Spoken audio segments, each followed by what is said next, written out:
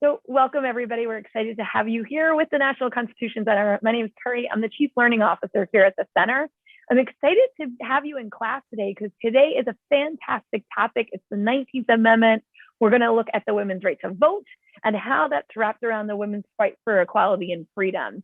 So today we have Tom Donnelly, one of our top scholars at the Constitution Center, to walk us through these amazing stories and this amazing struggle for the right to vote. But we're super excited because it's also International Women's Day. So what a great part. We're in the beginning of Women's History Month. We're on International Women's Day. We're talking about women and equality in the fight, and we're going to learn about some amazing women and what they've done to ensure our equality today. So Tom, so many cool things to do today. And you know I like to start off with 8 million questions.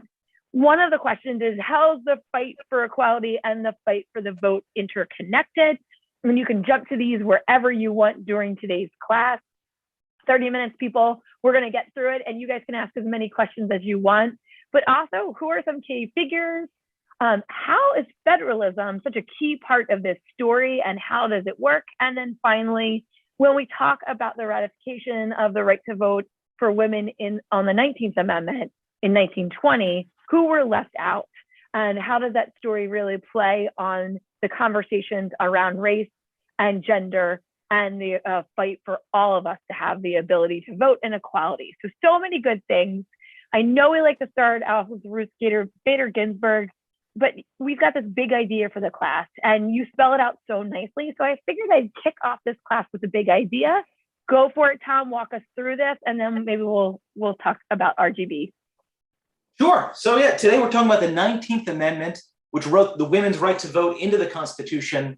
So with this amendment, women won the right to vote. And this amendment grew out of decades of advocacy by suffragists and their allies. Women's suffrage began out west in the late 1800s. It eventually spread to the rest of the nation, culminating in the ratification of the 19th Amendment in 1920. But as Curry reminded us at the beginning, it would take many more years in the hard work of the civil rights movement to extend voting rights on the ground to all women, including women of color. But I think the big thing to keep in mind is, again, it took years and years and decades upon decades upon decades to finally extend the right to vote to all women.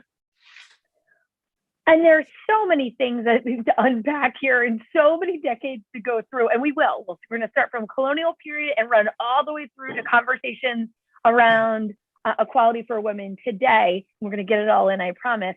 But maybe we start with looking at the voting rights in the Constitution and where we see these voting rights. And then we'll dive into the 19th Amendment and talk about some of the first voting of women in America. Yeah, so the 19th Amendment fits into one of the big constitutional stories in American history. And that's that we've used the constitutional amendment process in Article 5 to protect the right to vote many, many, many different times. And this is significant because under the original Constitution, the founding generation left the issue of voting and elections largely to the states. So it was an area where states had a great deal of responsibility and power, and they still do, frankly. They define so many of the voting rules that we have in the country today. What we did through the 15th, 19th, and 26th Amendments is to protect new groups and their rights to vote. So with the 15th Amendment ratified in 1870, we banned racial discrimination in voting. With the 19th Amendment ratified in 1920, which we're discussing today, we banned discrimination on voting on the basis of sex. And then finally, with the 26th Amendment in 1971, we banned discrimination in voting on account of age. That's 1870 to 1971. Over 1 century, we amended the Constitution 3 different times to protect the rights to vote of different groups. Awesome. And we're going to dive into looking at the 15th Amendment and how it tells the story of the fight for the right to vote and leads to the 19th Amendment in a little bit. But let's go back in the Wayback Machine. You know, I love the Wayback Machine, and start with early America and look at the rights of women during this time period.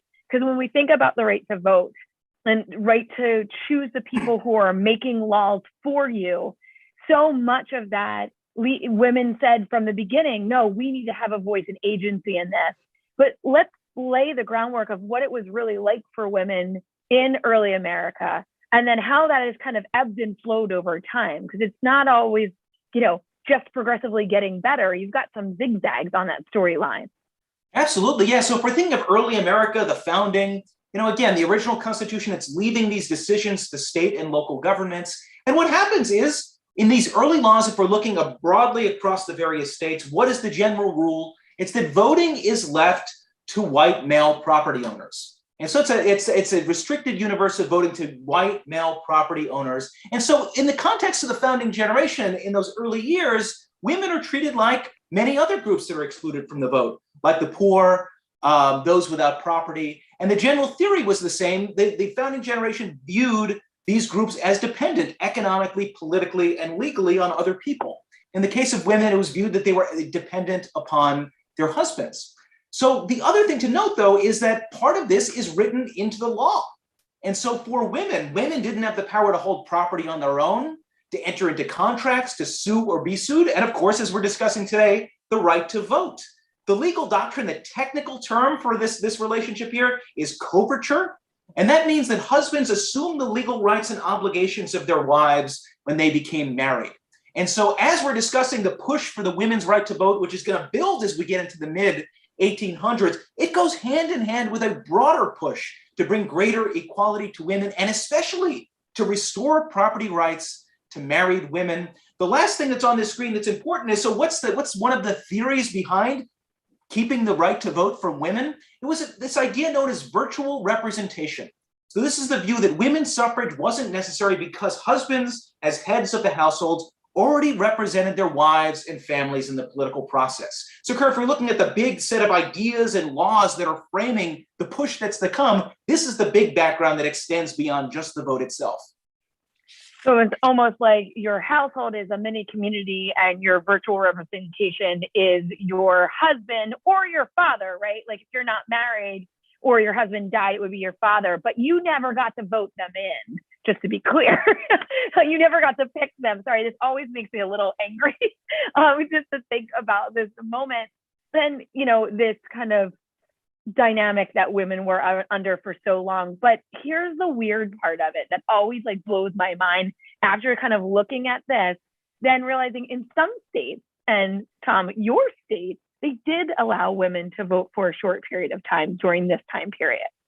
Yeah, so from 1776 to 1807, New Jersey, my home state, allowed unmarried female landowners to vote in state and local elections. However, even there, by 1807, New Jersey closes off this form of voting, limiting the vote to free white male citizens. And Barbara, just was to clarify, if you were unmarried, it was your father or a male relative, correct? That would be overseeing your property and your belongings. That would usually be the case. But the thing about property rules is, like the right to vote, they vary by states and by localities. And so there would be some spots where if there's a small universe of women who are unmarried, also possess property and might have some of these rights. But broadly speaking, women are most women end up falling under this system of curvature and a lot of these different limits. And regardless, in various places, it would take a while before women would earn the right to vote really anywhere. Yeah, and I also think it's really important that it's part of the legal doctrine. So it's written into the law. It's not just tradition as well. Yeah, it's not just custom, it's reinforced by custom and tradition, but also imposed by the law. And we could have a whole entire class on things that are reinforced by custom tradition and are in the law or vice versa. But when we think about this, and you said this earlier, and I think it's a really good point, we're looking at first that male property owners were the ones that had voice and agency for not just the women and the children, but also for non-male property owners. So it was almost like they were in charge of the area if they owned property. And that starts to change around Jackson. It starts to stretch a little to non-male property owners. So as we look for the right for women to vote, we start to see it change for men as well. Yeah, so as we get into the 1820s, 1830s, into the age of Jacksonian democracy, we see voting laws changed greatly in America. And what the big idea here is that there's a move towards universal white male suffrage. And so this period into the 1820s, 1830s, we see states getting rid of property requirements. And now even poor white men are able to vote throughout the country. That wasn't true with the founding in many places, but it's true as we get into the Jacksonian age. But we still see many restrictions existing, including restrictions on women's right to vote.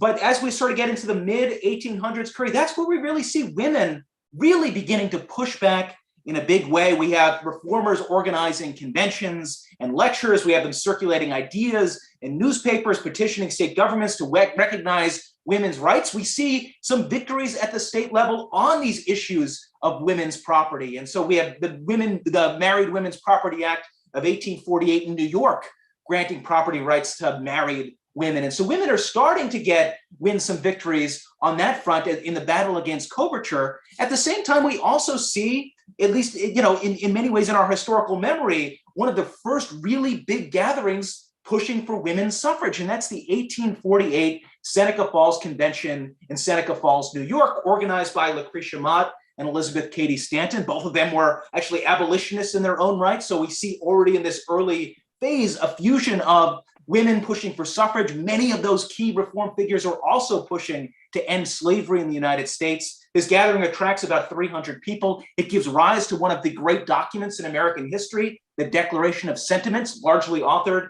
by Elizabeth Cady Stanton. And there, the Declaration of Sentiments is this really cool document. I urge you to go find it online. It's not all that long. What Stanton does with this document is she uses the Declaration of Independence and she basically rewrites it. And so whereas the original declaration had a bunch of complaints against the king and against Parliament, Elizabeth Cady Stanton and her allies here rewrite the Declaration to explain all of their grievances against men and all the various ways that women's equality are undermined in the United States. We see here the powerful words of the Declaration of Sentiments to give you a flavor of what the writing was like. We hold these truths to be self-evident, that all men and women are created equal. And so we see the Seneca Falls Convention drawing on the Declaration of Independence, arguments from the American Revolution, arguments about natural rights, and then also specifically at the end of the Declaration, laying out their 12 demands, their very practical vision about what we need to do in America to ensure equality for women. And these demands included equal education, equal pay, equal property rights, so all those other things we mentioned that are outside of the right to vote, but also the, quote, sacred right to the elective franchise. And I love this. I love that it starts with grievances. I love that it follows the same pattern. And we see this over and over in American history, people referencing these big documents to say, this is the cause now. Look at how it's connected to the values that we believe in and the values that we kind of energize around it. Now, as we kind of dive into these conversations and look at this, we're also looking at this connection between, and you said it a minute ago, the abolitionist movement and the fight for women's right to vote. And that brings us really nicely to starting with the National Women's Rights Convention and how after Seneca Falls, they're really all moving together to look for equality and political agency in the Constitution. And this feels like a huge moment in time of significant change, and we get significant change, but how are these teams, at least for a short while, working together? Yeah, so I mean, after the Seneca Falls Convention, you're right, we have the first Women's National Convention meeting in Massachusetts, drawing 1,000 attendees. As we get into the 1850s, we see more and more African-American women joining the fight, attending and speaking at various conventions. And what we see again is that this combination of the abolitionist movement, anti-slavery movement, and those pushing for women's suffrage. So we see great overlap. Frederick Douglass, you see there, Sojourner Truth right there in the middle, Susan B. Anthony, Elizabeth Cady Stanton, they're all part of this universe of reformers pushing for abolition, so the end of slavery, but also for women's suffrage. And what this group sees is that with the Civil War and the Union victory and the push to that period after the Civil War, Reconstruction, they see an opening up of possibilities. And they work together. And so this is men and women, white, African-American, coming together and advancing a vision of universal rights and including universal voting rights. So for this group, it wasn't a matter of race or someone's gender, but instead it was about this broad vision of everyone having the right to vote. And so they push hard during this period of reform, where they see the national government being used to abolish slavery, to advance new rights for African Americans. They begin to think, wait a minute, maybe it's even possible for women to gain the right to vote. And so this culminates in the petition for universal suffrage in 1866, which grows out of this big convention. And one of the key figures of this movement for universal voting rights is Frances Ellen Watkins Harper. So Harper, she's an African-American, born free, educated in Baltimore. In 1852, she decides to begin participating in the abolitionist speaking circuit. So again, we see this combination of those pushing against slavery and pushing for universal suffrage, including suffrage for women. And so as a poet and an outspoken reformer, she speaks at the National Women's Rights Convention in May 1866. This convention gives rise to the American Equal Rights Association, which is a key group pushing for voting rights for both African Americans and for women. And there, Harper advances this bold vision of universal equality. Here's what she says: "We are all bound up together in one great bundle of humanity, and society cannot trample on the weakest and the feeblest of its members without receiving a curse in its own soul." So this is this moment of optimism in 1866. But what we see shortly thereafter is a fracturing of the suffragist movement. And part of it is because the Republican Party, which is the party of Lincoln, the party that won the Civil War, they choose to prioritize the rights of African Americans over the rights of women. That's basically the decision they make. Part of it is that for some Republican leaders, they hold views about the traditional role of women in the home, not in politics. For others, it was just a matter of that we have a lot of reform work to do, and we think that it's important first to prioritize African Americans because they're in great peril before we move on to women's rights. So there's a practical calculation there too. What we see is that during this period of Reconstruction, we ratify the 13th Amendment abolishing slavery, the 14th Amendment, which promises freedom and equality, and the 15th Amendment, which bans racial discrimination in voting. But in these amendments, we see a priority for African American rights over women's rights. In the 15th Amendment, that's most obvious, because the 15th Amendment's banning racial discrimination in voting. It says nothing about sex. But even in the 14th Amendment, we see with Section 2 of the 14th Amendment, for the first time, we write the word male into the Constitution. Section 2 of the 14th Amendment is all about promoting African-American male voting rights. And so for some members of the suffragist movement, this is an outrage. So if you look at figures like Elizabeth Cady Stanton and Susan B. Anthony, they oppose the 15th Amendment. They break with their old allies in the anti-slavery and abolitionist movement. They oppose the 15th Amendment, which would go on to ban racial discrimination in voting, and they choose to fight exclusively for women's suffrage first. And so this is the big push for a national amendment that focuses on the women's right to vote. But they're not alone. They're still key figures in the suffragist movement that maintain this vision of universal equality and are pushing both for African-American rights and for women's rights at the same time. These are people like Lucy Stone and Henry Brown Blackwell in the American Women's Suffrage Association. They maintain their support for the Republican Party. They do prioritize African-American rights, but they still care a ton about women's suffrage and women's equality. And so they remain committed to this inspiring vision of universal rights. But we could see here, as we're getting into Reconstruction into the 1870s, the women's suffrage movement at a crossroads. Yeah, and I think it's really important when we talk about this history, and we can be very celebratory at times, and that's not a bad thing. But at the same time, we have to unpack the history and unpack how did these groups work together, where were there splits in the group, and why? And what were their levels of importance, and how did this play based on race, even within a party that was looking for equality and freedom and universal rights for all? How did race play into this as well? So we get the 13th, the 14th, the 15th Amendment. And the 15th Amendment, as I flash it really quickly, as I'm jumping out, if you ever went to PowerPoint, there are amazing slides in here. When we look at the 15th Amendment, it talks about how states cannot ban the right to vote based on race, color, or previous condition of servitude, but it doesn't mean that states can't ban women based on sex. So this is why we continue to see a push for the 19th Amendment. But what I love about this story is that there are groups of the movement that are like, no, we're not going to just look to the 15th. We're going to look to that 14th and say, it's in there. It's like ragu, it's in there. We can use this amendment to give us the right to vote because it's a part of citizenship. So I think that leads us really nicely to Victoria Woodhull and how did she try to work the system, and how did other players not just go to the courts, but go to Congress to try to really make the 14th and 15th Amendment work for more than for everybody. Yeah, so the suffragists, some of them may not have liked the 15th Amendment or the Republicans' choices, but in the end, they embrace the Constitution. And they argue the 14th Amendment in particular gives women the right to vote. Why?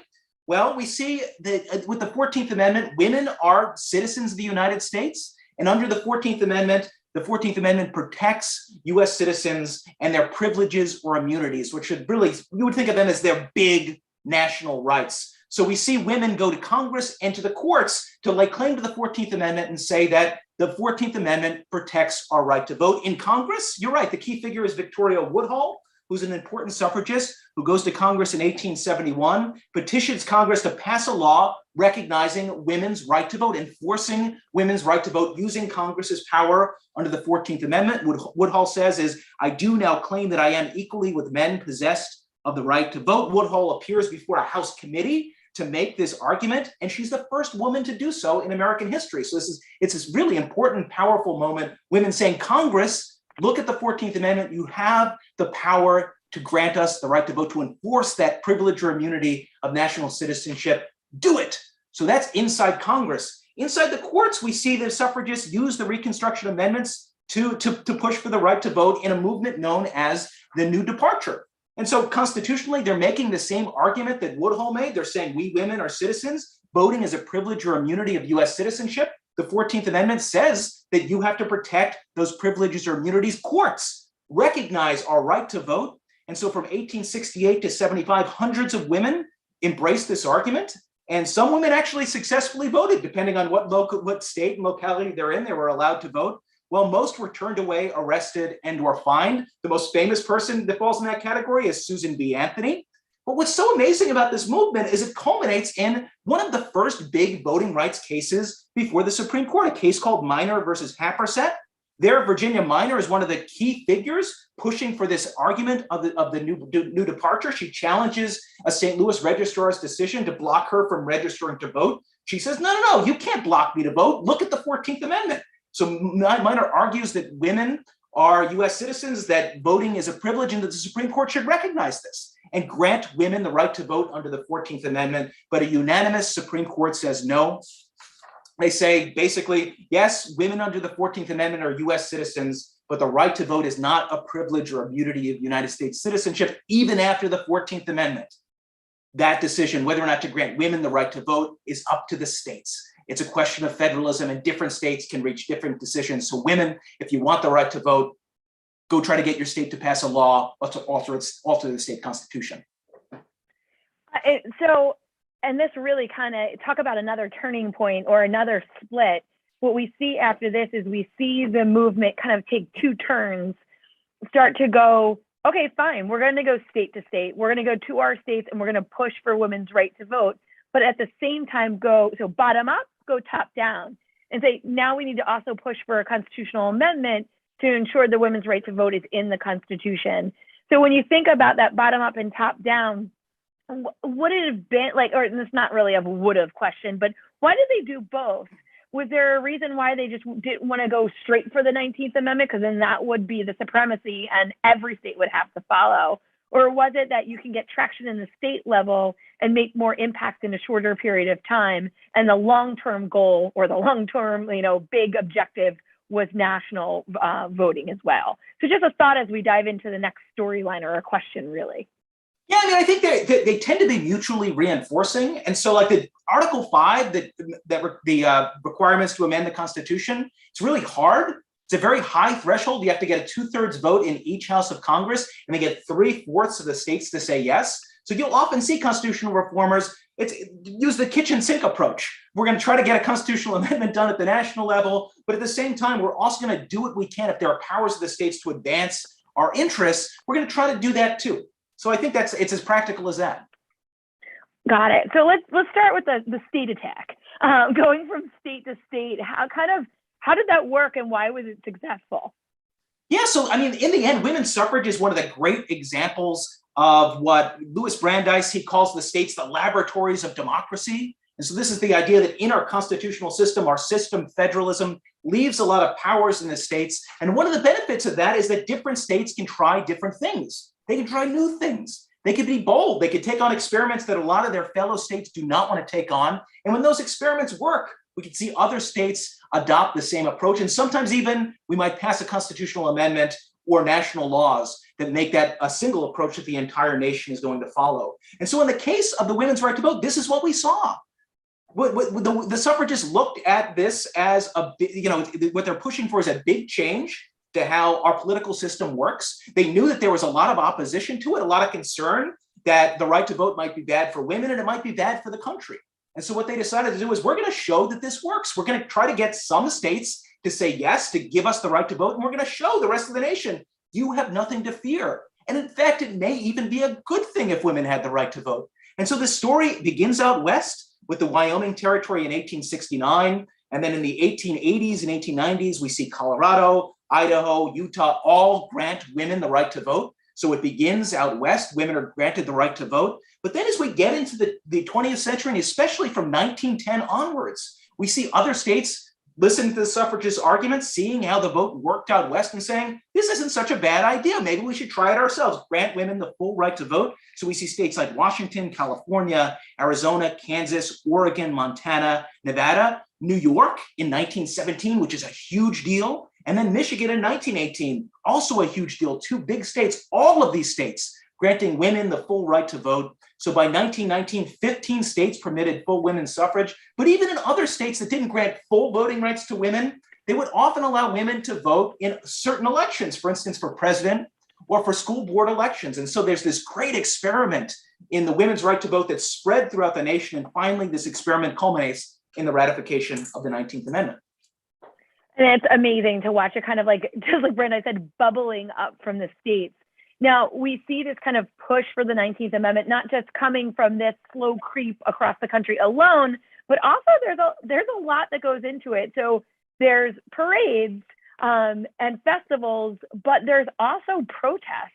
And so we're watching women get national attention and pushing their national leaders to get this moving and move this forward.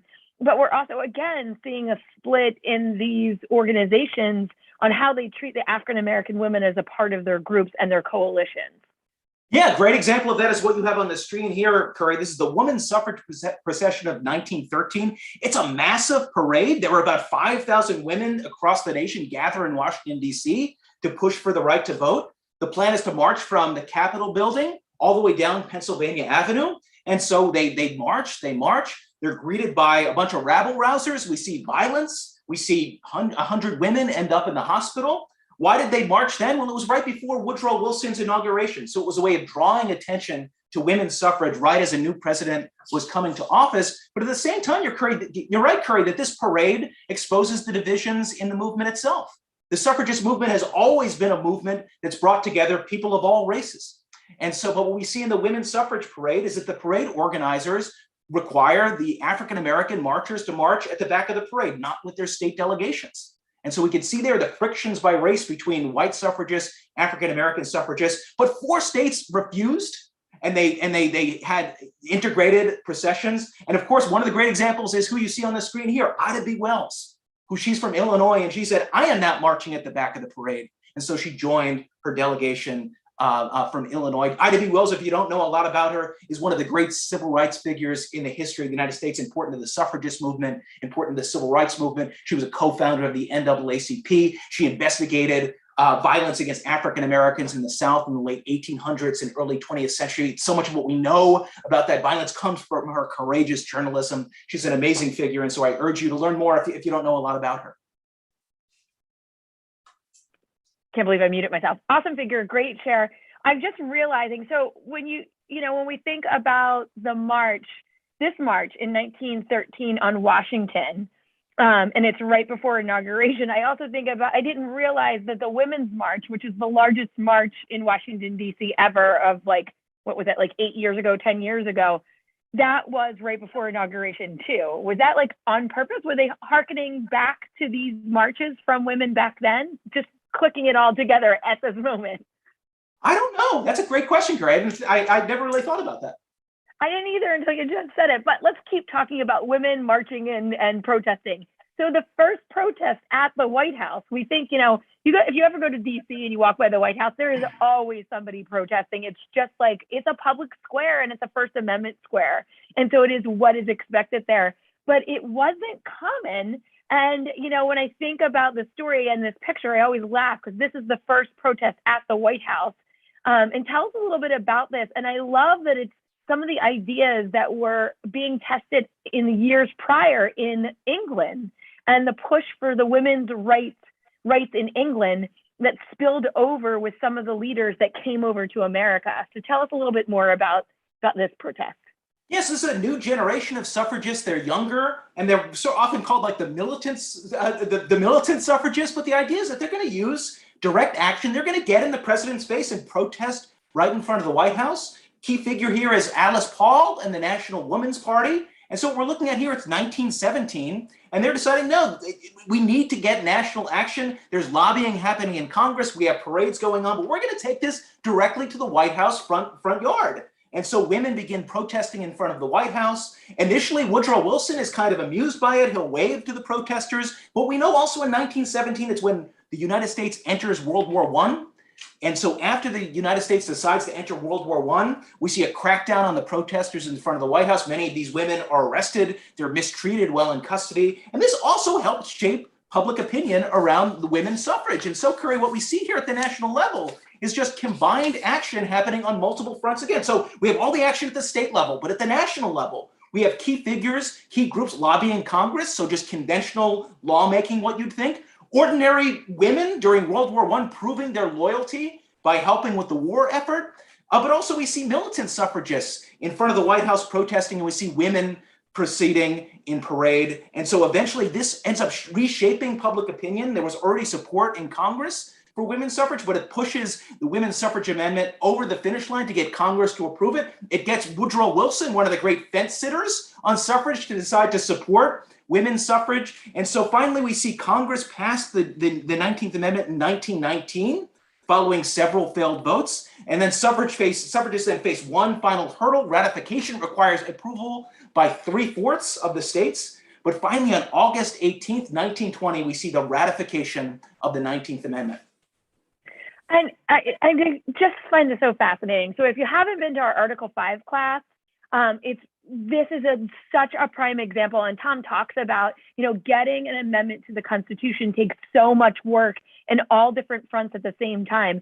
And if this isn't the perfect case study, I don't know what is, but all these fronts working together and all these different styles too. And I think that's what's really interesting. You've got trying to get it local, trying to get it national, but at the same time, even different groups within the national and the local groups doing all this different work.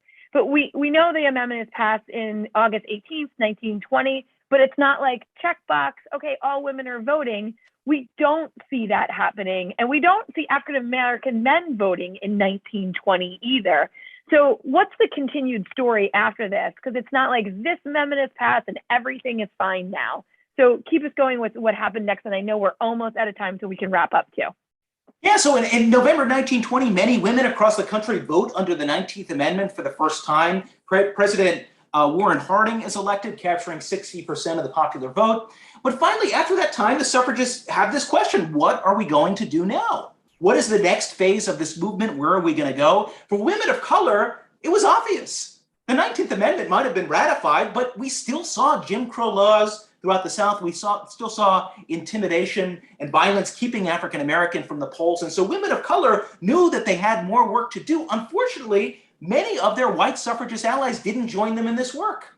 And so we see women of color join together with African American men to continue to push for the right to vote, to continue to push to dismantle Jim Crow laws throughout the South. And finally, these efforts, after blood, sweat, toil, violence, courage, everything imaginable, we see it culminate in Congress passing the Voting Rights Act of 1965, which empowers the national government to finally enforce voting rights for African Americans, both men and women. Congress got this power primarily under the 15th Amendment and its ban on racial discrimination in voting, but it's the key mechanism that's going to allow African American women to finally enjoy the full promise of the 19th Amendment. This law, the Voting Rights Act of 1965, it's upheld by the Supreme Court in South Carolina versus Katzenbach, and the VRA itself is a massive success. So after the Voting Rights Act of 1965, we see an explosion of African-American political participation. The last beat here, Curry, is that for other suffragists, we see them take on other projects. So for the National American Women's Suffrage Association, one of the big groups at the time, they become the League of Women Voters, focusing on educating voters about elections and issues. And then finally, with the National Women's Party led by Alice Paul, they pursue the Equal Rights Amendment. And so it's Alice Paul who drafts the first proposed Equal Rights Amendment before Congress in 1923. The original text says men and women shall have equal rights throughout the United States in every place subject to its jurisdiction. And we still see sort of the fight for the Equal Rights Amendment, the debate over the Equal Rights Amendment continues all the way through up until today. Awesome. Thank you so much for getting that in there too, because it's really important. You know, we started with how is voting connected to equal rights?